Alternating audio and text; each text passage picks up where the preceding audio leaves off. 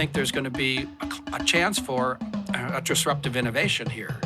Many of these things just, businesses kind of exist until they can't exist. And they won't change. I mean, this is the whole idea of disruptive innovation. Kodak, Nokia, famous stories that they see the change, but they can't change. I think American agriculture is in this same thing. I mean, I call it madness. I just did a little film about this. I call it madness, doing the same thing and expecting different results. In every business sphere, disruptive innovation has left its indelible mark. Even agriculture, a sector traditionally viewed as steadfast due to its integral role in our daily sustenance, has not been spared.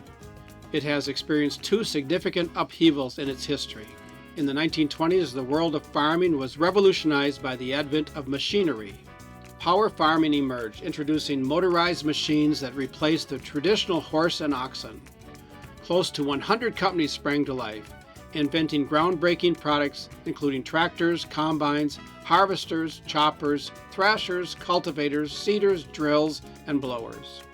Fast forward to the 1970s, agriculture was once again disruptive, this time by the power of chemistry. Industrial farming brought with it processed NPK fertilizers, herbicides, fungicides, and insecticides. Over 1,000 different products were introduced, many being derivatives of the chemical warfare developed during the Vietnam War. These treatments were directly incorporated during the tillage, seeding, cultivation, and harvesting of crops through attachments to power farming machinery. Now in the 2020s, we are witnessing a new wave of disruption, fueled by biology. Plant genetics are being engineered to withstand specific pesticides, allowing the crop to flourish unhindered. A seed can be sown, a chemical treatment applied, and only that plant will thrive in that soil. Each of these seismic shifts in technology has led to a significant overproduction. In the 1920s, grain bins were surrounded by 3 years' worth of wheat. In the 1970s, tank loads of milk were poured into fields.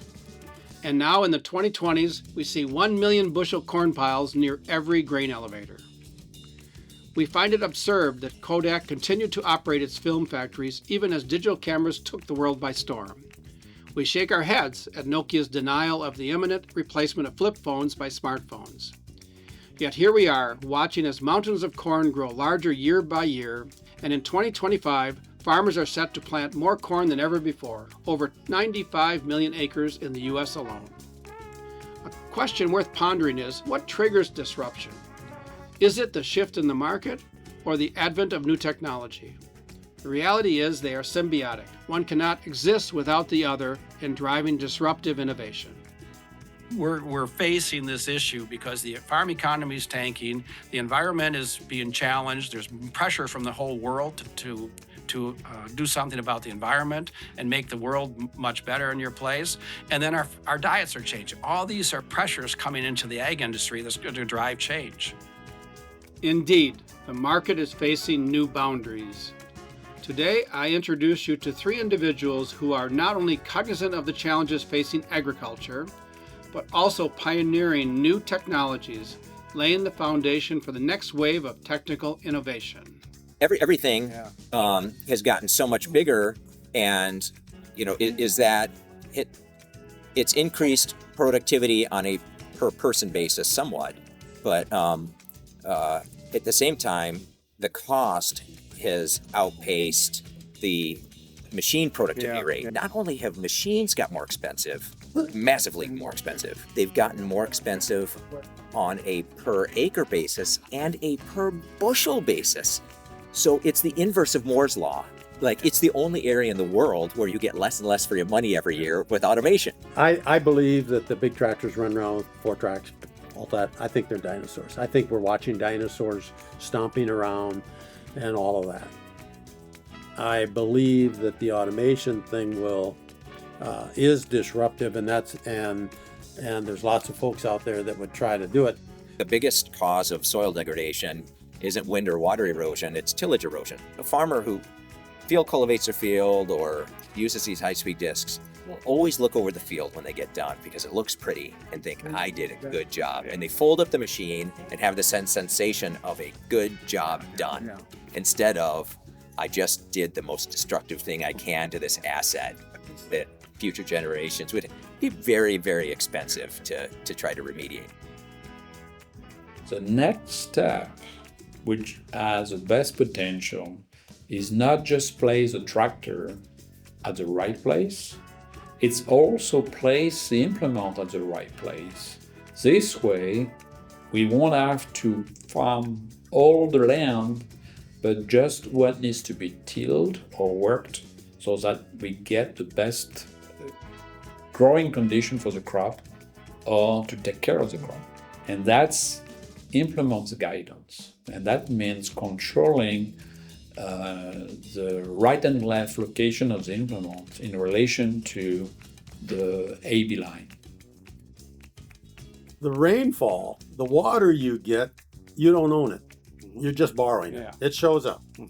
And the guy who gets the water when you're done with it cares. I believe there will be 100 times more regulations, guidelines, lawsuits, limitations, bans, and all that around water quality than soil quality. The United States has a very small amount of the world's phosphorus.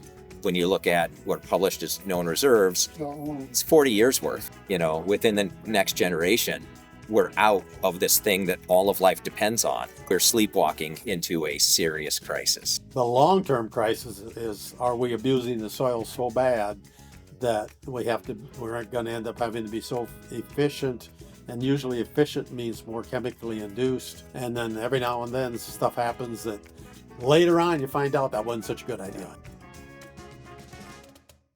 The management technologies that direct and manage telematics and web-based information systems and things like that may have that much larger effect. More technology focused on treating each square meter better and maximizing yield. But the main challenge is, do I understand? Do I want to? Do I know what I have to learn? Have I a desire to learn? My point is, if you are happy with what you have, don't bother, keep it simple. But if you are frustrated with what you get, then there are ways to improve them. So what I'm trying to do is figure out how to make it an economic no-brainer to farm more regeneratively. My observation is that in farming, most of the damage is still unseen and unknown. Disruptive innovation acts as a catalyst for a wave of discovery. However, an unsettling aspect of disruptive innovation in agriculture is that it has a converse impact on businesses. In a free market sector, entrenched corporations are often replaced by nimbler, smaller startups. Conversely, in agriculture, a sector heavily underpinned by government subsidies, large companies thrive as small farms perish in their wake. In the 1930s, over 750,000 family farms were forsaken. Fast forward to the 1980s, and another 250,000 farms ceased operations. This impending disruption will not reverberate through Wall Street, but instead send shockwaves through rural America, further exacerbating its decline. The looming disruption serves as a stark reminder of the need to bridge the gap between technological advancement and sustainable farming practices.